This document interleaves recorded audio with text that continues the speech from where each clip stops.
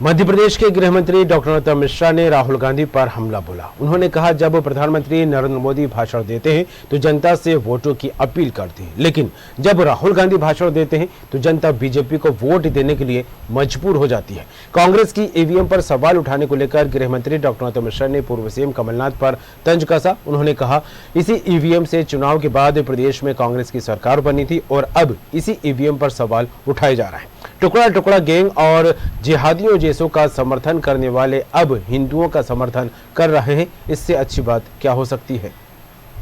राहुल गांधी जब भाषण देते हैं ना तो मोदी जी भाषण देते हैं, दोनों के भाषण में अंतर है। मोदी जी भाषण देते हैं तो जनता को भाजपा को वोट देने के लिए प्रेरित करते हैं और राहुल जी जब भाषण देते हैं तो जनता मजबूर हो जाती है भाजपा को वोट देने को। कमलनाथ जी ने मांग की है बैलेट पेपर से नियंत्रण होने चाहिए, डर रहे हैं वो ईवीएम से। ये हार स्वीकार कर ली कांग्रेस ने एडवांस में। ये कमलनाथ जी जो मुख्यमंत्री बने थे इसी ईवीएम से बने थे जिसकी वो आलोचना कर रहे हैं। ईवीएम की आत्मा अगर होती तो इन्हें कभी माफ नहीं करती। राहुल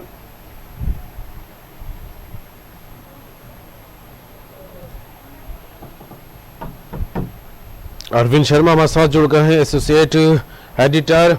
अरविंद जी, बात की जाए डॉक्टर नरोत्तम मिश्रा को लेकर तो एक खास परिचित अंदाज में कांग्रेस पर और विपक्षी दलों पर जिस तरह से निशाना साधते दिखाई देते हैं उसको लेकर एक अलग ही तस्वीर बनती दिखाई देती है। और आज जिस तरह से पूर्व सीएम कमलनाथ पर निशाना साधा, राहुल गांधी पर और कांग्रेस पर निशाना साधा, और जिस तरह से ईवीएम के सवालिया निशान जब कांग्रेस उठाती दिखाई दे रही है, इसको लेकर भी एक अलग अंदाज में पलटवार करते दिखाई दिए। किस तरह देखें इसको? बिल्कुल, जिस तरीके से 15 महीने की तत्कालीन सरकार को गिरने में यदि किसी का मास्टरमाइंड किसी को कहा जाए या किसी को क्रेडिट दिया जाए तो उसमें नरोत्तम मिश्रा को उसका क्रेडिट जाता है। उन्होंने एक रणनीति के तहत उस सरकार को गिराया था। अब लगातार जिस तरीके से वो कांग्रेस पर हमलावर रहते हैं, जिस सुटीले अंदाज में कांग्रेस को वो कटघरे में खड़ा करते हैं, वही आज भी देखने मिला। ग्वालियर गए हुए थे और ग्वालियर में उन्होंने जब पत्रकारों की चर्चा की तो पत्रकारों से बात करते हुए उन्होंने कहा कि जब राहुल गांधी बात करते हैं, आप भाषण देते हैं, तो उस भाषण में जी कमल जी बात जारी रखिएगा। जिस तरीके से भाषण की बात होती है और मोदी जी को जिस तरीके से उन्होंने कोट किया है कि मोदी जी जब बात करते हैं तो लोग प्रभावित होकर वोट देते हैं, अगर जब उन्होंने बोला कि राहुल जब भाषण देते हैं तो लोग पूरा मन बना लेते हैं और वो जाके वोट डाल देते हैं भाजपा को। तो एक तरीके से उन्होंने जिस तरीके से राहुल को कटघरे में खड़ा किया और राहुल की जिन बातों को लेकर वो लगातार कटाक्ष करते रहे, कांग्रेस को कटाक्ष किया। उन्होंने कई बातें उसमें जोड़ी, टुकड़े टुकड़े गैंग से लेकर तमाम जो घटनाक्रम थे और घटनाक्रम होते हैं। ये चौथी बार जो सरकार बनी है भाजपा की, वर्तमान सरकार, उसमें कहीं ना कहीं एक रणनीतिकार के रूप में हुए हैं। और जिस तरीके से आगे आने वाले चुनाव है, जिस तरीके से उनको बंगाल की जिम्मेदारी दी गई है, जिस तरीके से प्रदेश की जिम्मेदारी मिली है, प्रदेश में भी होने वाले चुनाव है, जिन चुनाव के लिए मोहरे दिखाए जा रहे हैं, उसको लेकर ये कटाक्ष माना जा रहा है। और अब कटाक्ष होता है तो पहला बार पलटवार होता है और पलटवार में भी कांग्रेस कुछ बोलती है तो फिर उस पर वार होगा और ये चुटीला अंदाज लगातार इनका प्रदेश में देखने को मिलता है। जी बिल्कुल अरविंद जी, और जिस तरह से आपने बंगाल चुनाव का जिक्र किया तो यहाँ पर एक बात निकलकर सामने आ रही है कि इस बार भले ही 5 राज्यों में विधानसभा चुनाव है, लेकिन खासकर के पश्चिम बंगाल को लेकर बात की जाए तो वहां के विधानसभा चुनाव को लेकर मध्य प्रदेश का एक खास कनेक्शन देखने को मिल रहा है। मध्य प्रदेश के सीएम शिवराज सिंह चौहान को स्टार प्रचारक सूची में शामिल किया गया है। डॉक्टर नरोत्तम मिश्रा कई दिनों से जिम्मेदारियां वहां की संभालते दिखाई दे रहे हैं और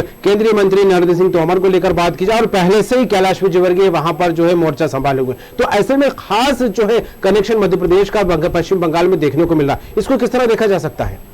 बिल्कुल, जिस तरीके से पश्चिम बंगाल का चुनाव एक प्रेस्टीज के तरीके से लिया जा रहा है, वैसे भाजपा जितने भी चुनाव होते हैं उन चुनावों को एक युद्ध के मोड पे ले जाती है। युद्ध जैसे लड़ा जाता है उस तरीके से लड़ती है।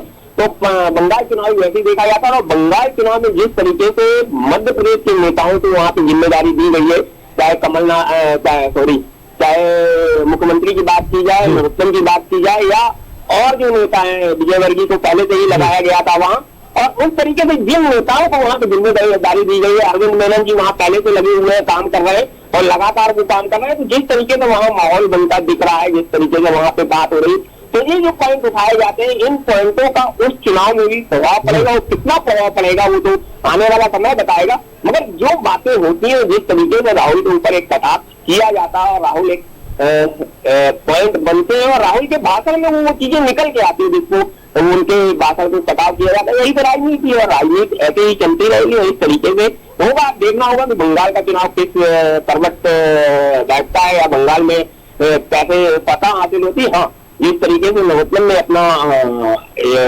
स्तर बनाया है या जिस तरीके से नरोत्तम बात करते हैं, उस तरीके से देखा जाए तो कहीं ना कहीं मध्य प्रदेश से लेकर जो उनके बयान आते हैं वो देश में भी हलचल पैदा करते हैं। चलिए, बिल्कुल देखने वाली बात होगी। एक तरफ मध्य प्रदेश की सियासत लगातार गरमाई हुई है, तो वहीं कांग्रेस पर लगातार बीजेपी निशाना साधती दिखाई दे रही है। कभी ईवीएम में गड़बड़ी को लेकर, कभी जिस तरह से कांग्रेस लगातार इस बात को लेकर तंज कसती है कि खरीद फरोख्त की गई है कब बीजेपी की तरफ से। अब फिलहाल पश्चिम बंगाल को लेकर घमासान देखने को मिल रहा है। क्या कुछ स्थिति बनती है, वाकई देखने वाली बात होगी। तमाम बात के लिए आपका शुक्रिया।